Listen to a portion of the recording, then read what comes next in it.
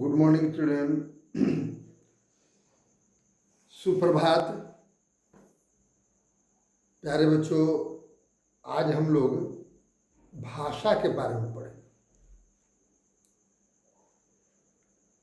तो भाषा है क्या? भाषा हम किसे कहते हैं? हकीकत बात है कि भाषा संस्कृत के भाष शब्द से बना हुआ, भाष धातु से बना हुआ।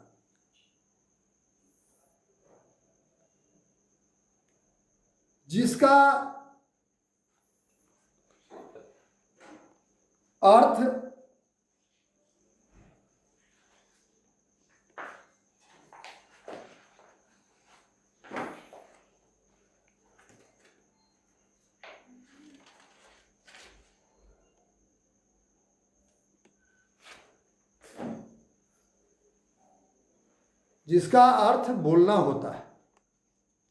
और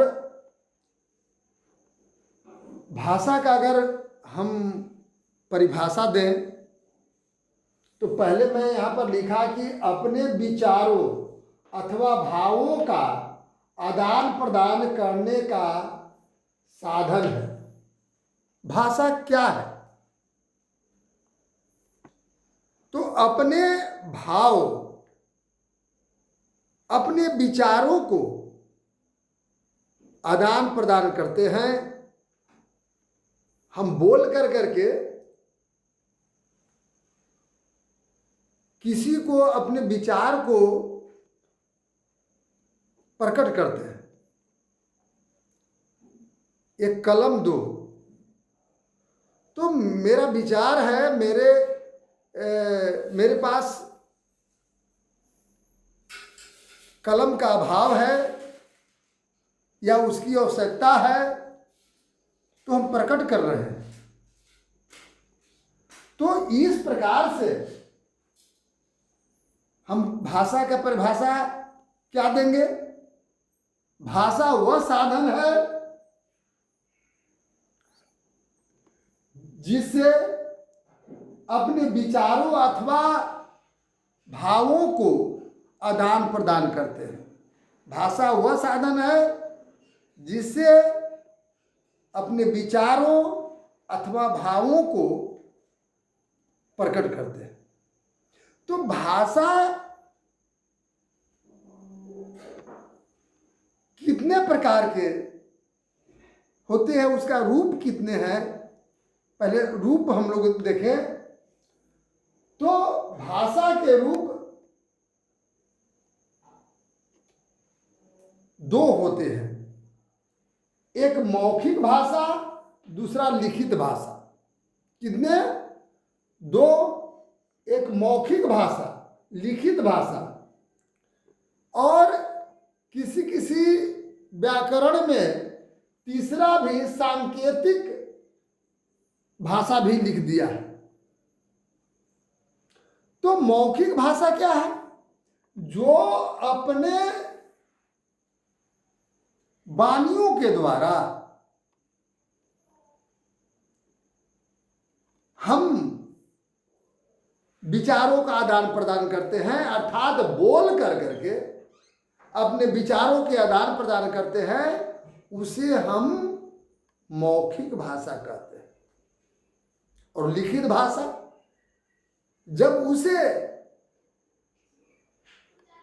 अपने विचारों को, अपने भावों को जब लिख कर करके हम प्रकट करते हैं, तो वह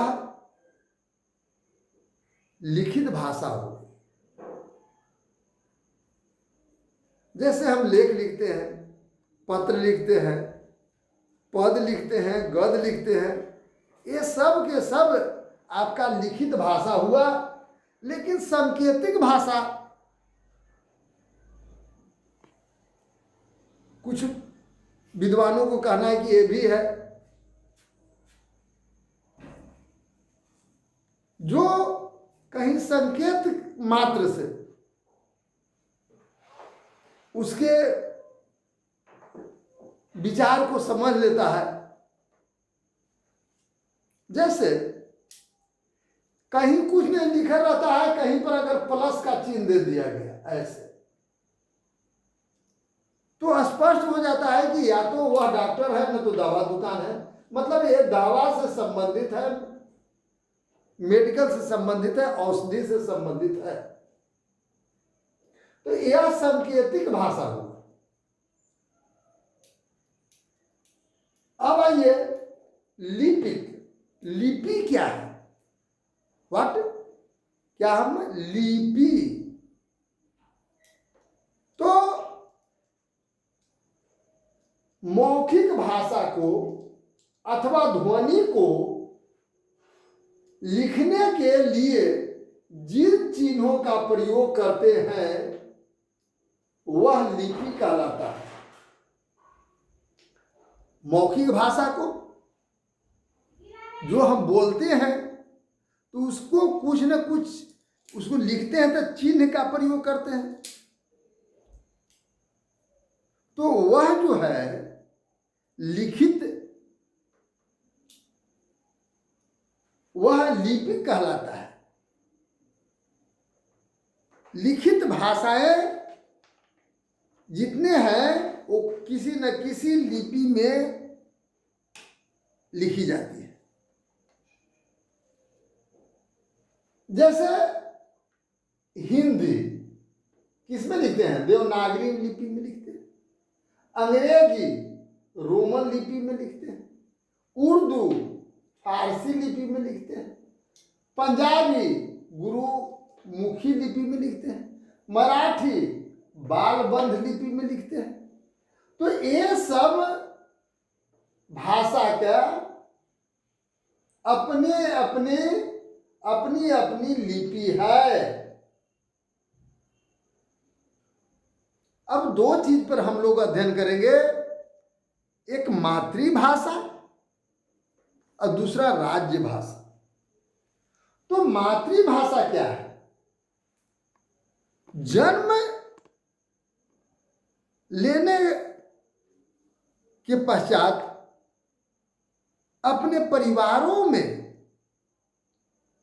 जिस भाषा का हम लोग उपयोग करते हैं उस भाषा को मातृभाषा कहते हैं। माने जन्म से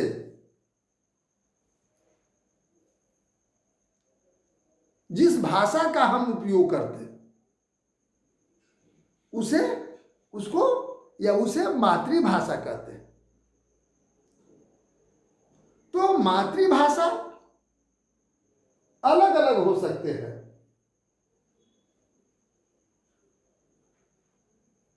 जैसे कोई मगही का प्रयोग करता है, कोई भोजपुरी का प्रयोग करता है,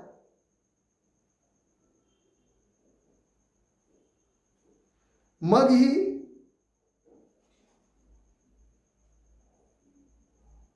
सब समाचार ठीक हवा ना? तू कहाँ जाई था? ये मगही होगा। भोजपुरी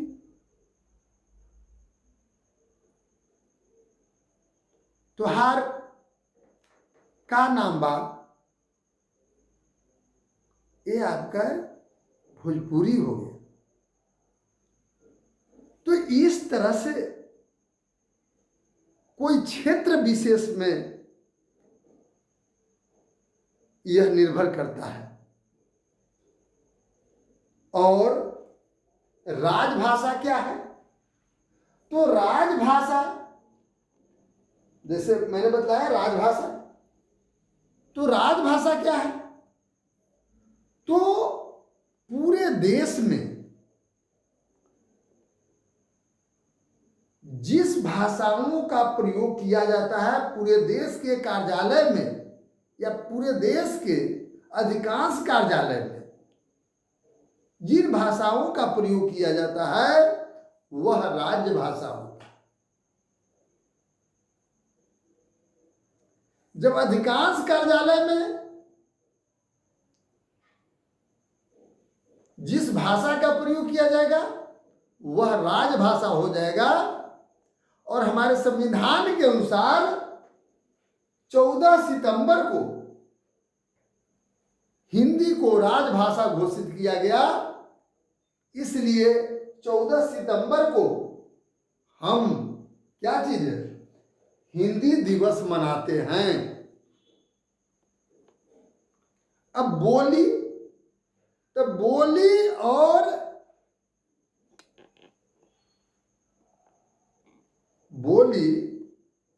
और मातृभाषा दोनों में अनुनाश्रय संबंध है। बोली कहे, मातृभाषा कहे, उपभाषा कहे, क्योंकि बच्चे जब जन्म लेते हैं और जिस चीजों को जिस भाषा में वे बात करते हैं वह उनकी क्या मातृभाषा थी, वो बोली है, वो उपभाषा है। तो मगही, भोजपुरी, मैथिली, अंगिका ये बिहार के बोली है, या मैंने बिहार के उपभाषा कहिए या बिहार के बोली कहिए है। भले ये लिपि देवनागरी लिपि में लिपिबद्ध है या लिखी जाती है। एक लोग कहते हैं कि मगही, भोजपुरी, मैथिली, अंगिका, मैथिली, मगही, भोजपुरी, मैथिली, अंगिका सब भाषाओं की जान है, जो बंजर में फूल खिला दे वह सच्चा बिहारी है। माने बिहार में कौन, मगही, भोजपुरी, मैथिली, अंगिका ये भाषाएं बोली जाती है, माने बोली जाती है। तो अब बात आता है कि हिंदी के मानक रूप, एक पॉइंट मैंने दिया, हिंदी का मानक रूप यह क्या है। तो पूरे देश स्तर पर हिंदी का मानक रूप क्या है, पूरे देश रूप स्तर पर हिंदी में समानता लाना, एक रूपता लाना हिंदी का मानक रूप कहलाता है। जैसे हिंदी में ही कुछ ऐसे वर्ण है कि हम जानते हैं और दूसरा नहीं जानता है।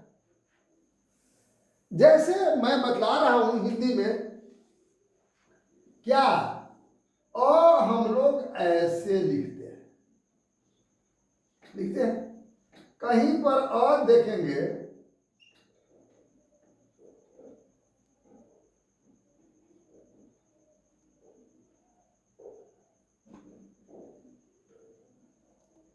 इस तरह से लिख दिया जाता है।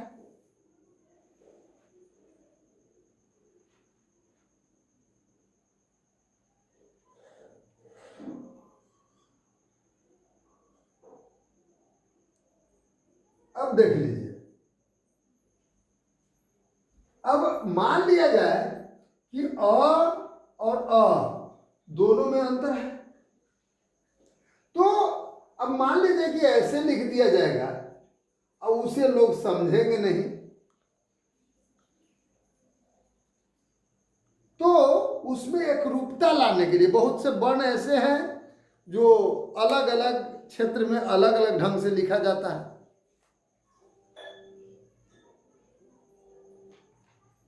जैसे, और इसमें एक रूपता लाने में इसीलिए जो मानक रूप कहा गया, ये जो मैं बोल रहा हूं हिंदी का मानक रूप, इसमें इसीलिए वर्तनी का प्रयोग किया जा रहा है। जो लिखे तो बिहार वाले भी वैसे लिखे,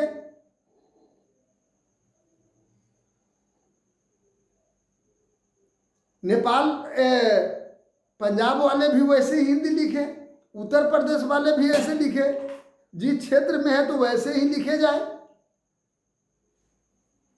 इसीलिए वर्तनी का प्रयोग किया गया। कहाँ हाइफन का प्रयोग करना है, किस शब्द को क्या हम लिखें, तो ये मानक रूप हुआ। इसीलिए तो केंद्रीय हिंदी निर्देशालय का स्थापना किया गया। केंद्रीय हिंदी निर्देशालय, देखिए इसका क्या कार्य है? इसका कार्य है कि हिंदी में एक रूपता लाए, पूरे हिंदुस्तान में एक ही तरह से हिंदी लिखे जाए,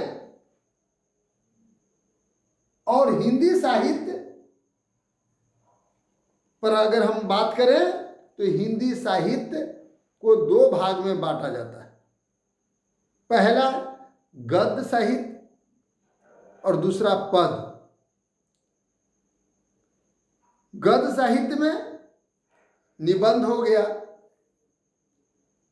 जीवनी, नाटक इत्यादि हम लोग गद्य में लिखते हैं, और कभी लोग कभी कभी जीवनी या नाटक को भी पद में लिख दिए हैं, वो अलग है। गद्य में तुकबंदी का कोई स्थान नहीं है, लेकिन अधिकांश पद में तुकबंदी का है, प्रयोग किए जाते हैं। पद जैसे गोस्वामी तुलसीदास लिखे, पूरे रामायण पद में, रामचरितमानस पद में लिख दिए, उसमें तुकबंदी है।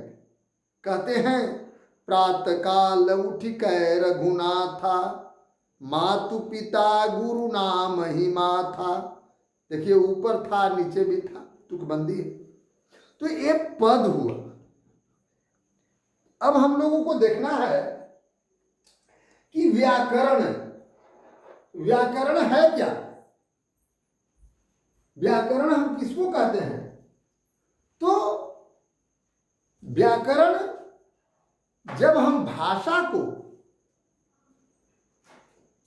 शुद्ध शुद्ध लिखना, शुद्ध शुद्ध बोलना, हम जिस शास्त्रों के उपयोग करके सीखते हैं वह व्याकरण कहलाता है। या व्याकरण वह शास्त्र है जिसके द्वारा हम भाषा को शुद्ध शुद्ध बोलना, शुद्ध शुद्ध लिखना सीखते हैं। तो व्याकरण में या व्याकरण को चार भागों में बांट कर करके हम लोग अध्ययन करते हैं। पहला वर्ण विचार, दूसरा शब्द विचार, तीसरा पद विचार और चौथा वाक्य विचार। वर्ण विचार, स्वर, व्यंजन ये सब पढ़ते हैं। शब्द विचार, शब्दों की बनावट के बारे में पढ़ते हैं। और पद विचार, जिसमें विकारी अविकारी शब्द के बारे में हम अध्ययन करते हैं। वाक्य विचार, जिसमें पूर्ण विराम, वाक्य निर्माण इत्यादि हम लोग पढ़ते हैं। तो ये वाक्य विचार हुआ। अब हम लोगों को देखना है कि वर्ण, प्यारे बच्चों, वर्ण क्या? जैसे वर्ण को दो भागों में बांट करके हम लोग अध्ययन करते हैं। पहला स्वर वर्ण। स्वर, जिस वर्ण, पहले तो हम वर्ण की परिभाषा जाने, वर्ण है क्या जी? तो किसी भी भाषा के सबसे छोटी इकाई को वर्ण कहते हैं। किसी भी ध्वनि के सबसे छोटी इकाई को वर्ण कहते हैं, और उसी के मिलने से शब्द का निर्माण होता है, और शब्द से वाक्य के निर्माण होते हैं। तो वर्ण क्या है? तो किसी भाषा के सबसे छोटी इकाई को वर्ण कहते हैं। तो उसको दो भागों में बांट करके अध्ययन किए। स्वर है ना, स्वर वर्ण वह वर्ण है जिसके उच्चारण करने में दूसरे वर्णों की सहायता नहीं ली जाए। वह वर्ण जिसके उच्चारण करने में दूसरे वर्णों की सहायता नहीं ली जाती है स्वर वर्ण कहलाता है। तो ये देखिए, तो अ बोलते हैं तो अंदर से अ आता है, बोलते हैं तो क नहीं आता है, आ ही आया। हर्ष ई ऊ, भले उसमें बड़ी ऊ छोटी ऊ कहते हैं, हर्ष ई दीर्घ ई, हर्ष ऊ दीर्घ ऊ, लेकिन ई कहते हैं तो दूसरे वर्ण नहीं आते, है ना। तो कौन हर्षी दीर्घी हर्षु दीर्घु री ए ओ ये स्वर है। और अंग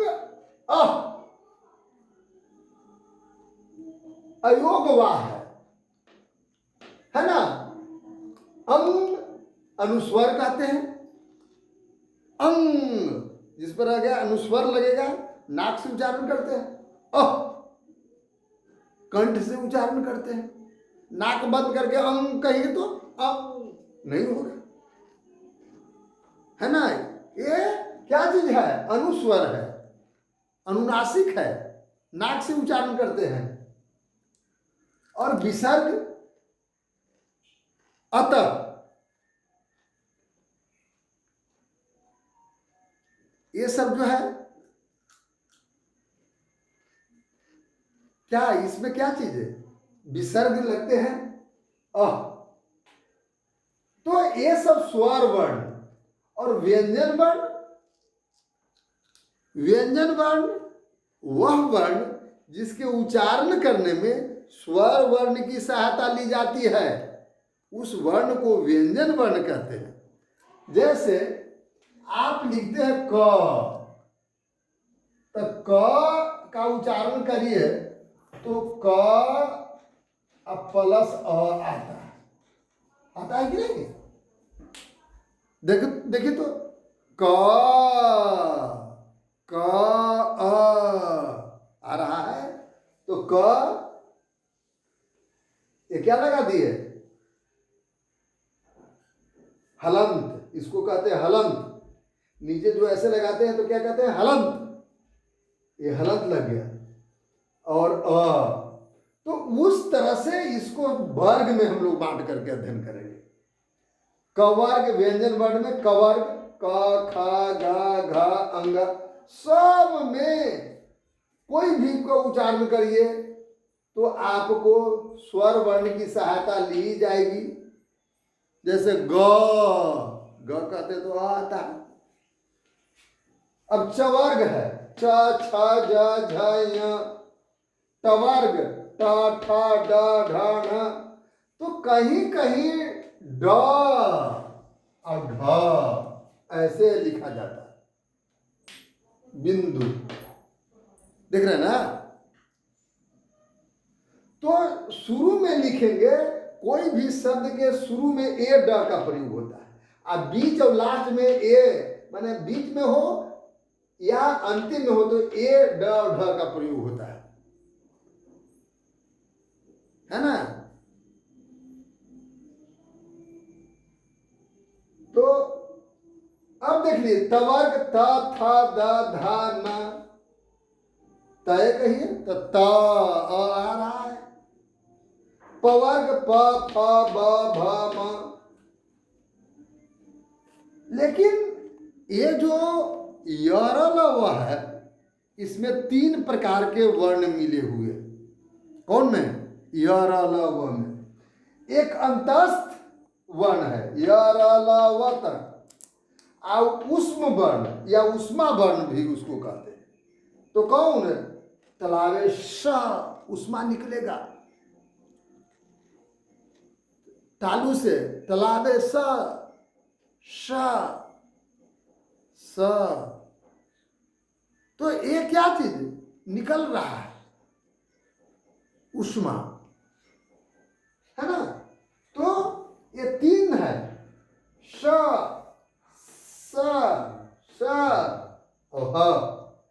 ऊष्म वर्ण है। और आपको य र ल व तलावे स मूर्धन्य स दंत स, है ना।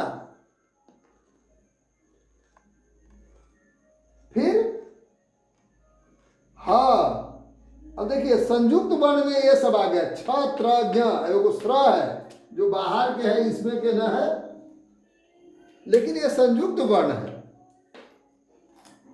संयुक्त वर्ण कैसे है? तो छ क और स मिला तो छ बना, है ना। क और स मिला छ बन गया। त्र, त और र मिला त्र बन गया। और ज्ञ, ज और य मिला तो क्या बन गया? ज्ञ मिल गया, ज्ञ बना। अब स्र, श तलावे श और र मिला तो स्र बन गया। तो ये सब संयुक्त वर्ण है ना। मतलब ये सब दो व्यंजनों के मिलने से बना। जैसे अब देखिए, अब कह सकते ना कि ये भी संयुक्त वर्ण है, क व मिला, तो नहीं, ये संयुक्त नहीं है, चूंकि इसके उच्चारण में मदद केवल मिला, लेकिन ये दो व्यंजन से बना। जैसे छ, तो क्या लिखते हैं? छ कैसे? क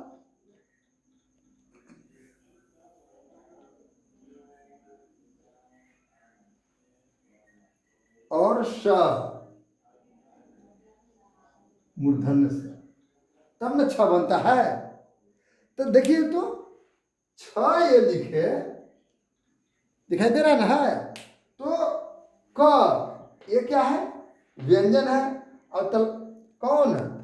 मूर्धन्य सा, ये भी व्यंजन है। तो दो व्यंजनों के मिल से बना, तो ये संयुक्त वर्ण है। उसी तरह से त्र, त और र, त भी व्यंजन और र भी व्यंजन मिल के बना। ज्ञ, तो कौन? ज्ञ, ज और य मिला, ज्ञ बन गया। श्र, तलावे स और र मिला, दोनों व्यंजन है। तो ये सब हुआ संयुक्त वर्ण। और कुछ आगत वर्ण है, जैसे कहीं लिखते हैं ऑफिस तो ऊपर अर्ध चंद्र बिंदु वैसे आ जाता ना, तो ये आगत है ना। ये जाफर, बिंदु, ज के नीचे बिंदु, ये क ख में कहीं है ज के नीचे बिंदु। यहाँ ज जो हम लिखे हैं च छ ज, तो लिखते हैं जाफर। आइए, फ के नीचे बिंदु, है ना। फर्नीचर, तो ये फ के नीचे बिंदु दे देते हैं। तो ये सब आगत मन है, विदेश से आया है, बाहर से आया है, ये हमारे वर्ण में नहीं है। उच्चारण के लिए वैसे हम लोग डाल दिए। तो प्यारे बच्चों, इस तरह से वर्ण हम जान गए, और आप याद रखिए, और इससे संबंधित जो एक्सरसाइज है पूरे बना लेना है। धन्यवाद।